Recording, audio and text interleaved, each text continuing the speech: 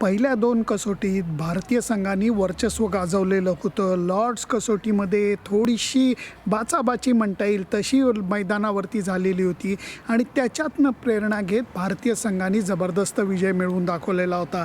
फक्त तो विजय मिळवल्यानंतर आपल्या कप्तानांनी थोडंसं वाच्यता जास्त केली आणि त्याचा परिणाम इंग्लंड संघाला त्याच्यातनं प्रेरणा मिळण्यात झालेला दिसतोय.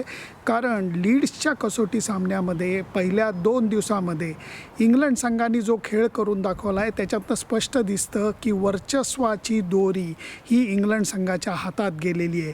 पहिल्या दिवशी त्यांच्या बॉलर्सनी कमाल करून दाखवली, दुसऱ्या दिवशी त्यांच्या कॅप्टननी कमाल करून दाखवली आणि जबरदस्त घट्ट पकड अशी हेडिंग्ले सामन्यावरती इंग्लंडने मिळवलेली आहे.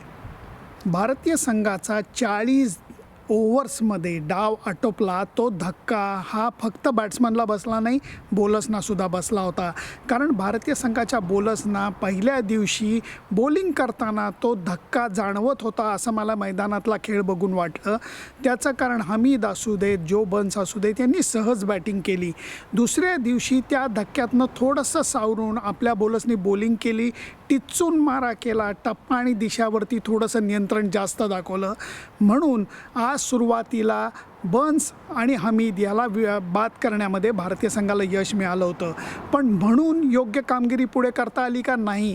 कारण हेडिंग्लीचं विकेट हे संथ होत गेलेलं होतं. बॅटिंगला दुसऱ्या दिवशी बेस्ट विकेट होतं आणि मलांनी सुंदर बॅटिंग केली आणि त्याच्याबरोबर जो रूटनी अफलातून बॅटिंग केली.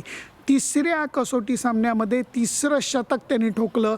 मलांनी त्याला सुंदर साथ दिली आणि त्यामुळे 1, 2, 3 आणि 4 या पहिल्या 4 बॅट्समनपैकी तिघांनी अर्धशतकं केली. रूटचं शतक झालं आणि भारतीय संघापासून सामना कोसो मैल दूर गेला. टॉप बॅट्समन जर का चांगल्या फॉर्ममध्ये असला तर तो बॉलर्सचे काय हाल करतो हे आपल्याला आज रूटची बॅटिंग बघून लक्षात आलं. त्याचं कारण त्यांनी केलेली बॅटिंग ही मैदानाच्या 4ही कोपऱ्यांमध्ये बॉलला पळवत होती. बॅकफूटवरती टोवरती उभं राहत त्यांनी जे शॉट्स मारले ते नेत्रदीपक शॉट्स होते आणि त्यांनी जेव्हा शतक पूर्ण केलं तेव्हा त्याचे वडील हे गॅलरीमधनं त्याला टाळ्या वाजवून प्रोत्साहन देत होते. ते दृश्य खूपच विलोभनीय होतं. कारण जो रूट हा यॉर्कशायरचा म्हणजे हेडिंग्ली म्हणजे लीड्सचा खेळाडू आहे, त्यामुळे त्याला स्थानिक प्रेक्षकांनी भरपूर आवाजी प्रतिसाद दिला आणि ते सगळे बघणं हे अत्यंत चांगलं होतं.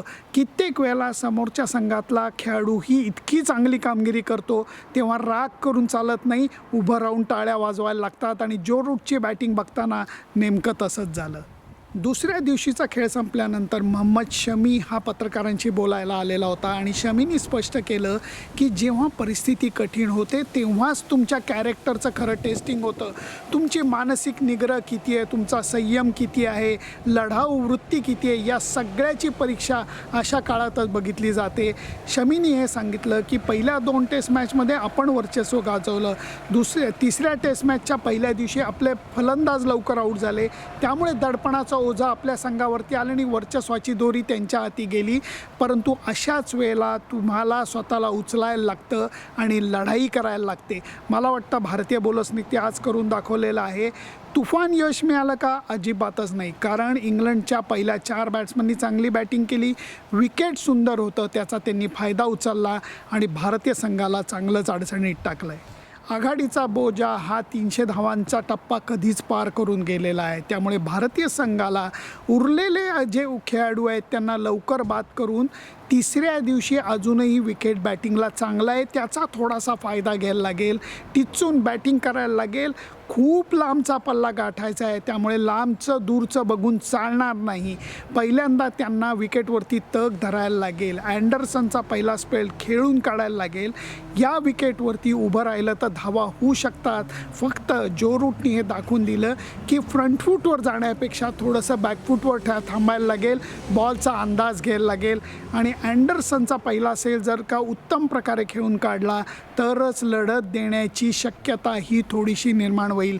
या सगळ्या जरतरच्या गोष्टी आहेत. त्यामुळे तिसऱ्या दिवसाच्या खेळावरती पहिल्यांदा नजर टाकताना शेपटाला कापून काढायला लागेल, उरलेल्या विकेट्स काढायला लागतील, ऑल आऊट लवकर करायला लागेल आणि नंतरच बॅटिंगचा विचार करायला लागेल.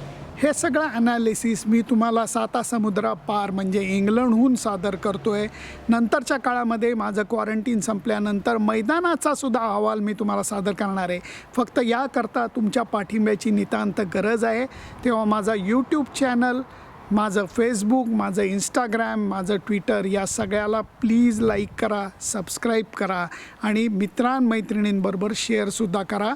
म्हणजेच मला प्रोत्साहन मिळेल. तुमच्या प्रोत्साहनाची नितांत गरज आहे. धन्यवाद.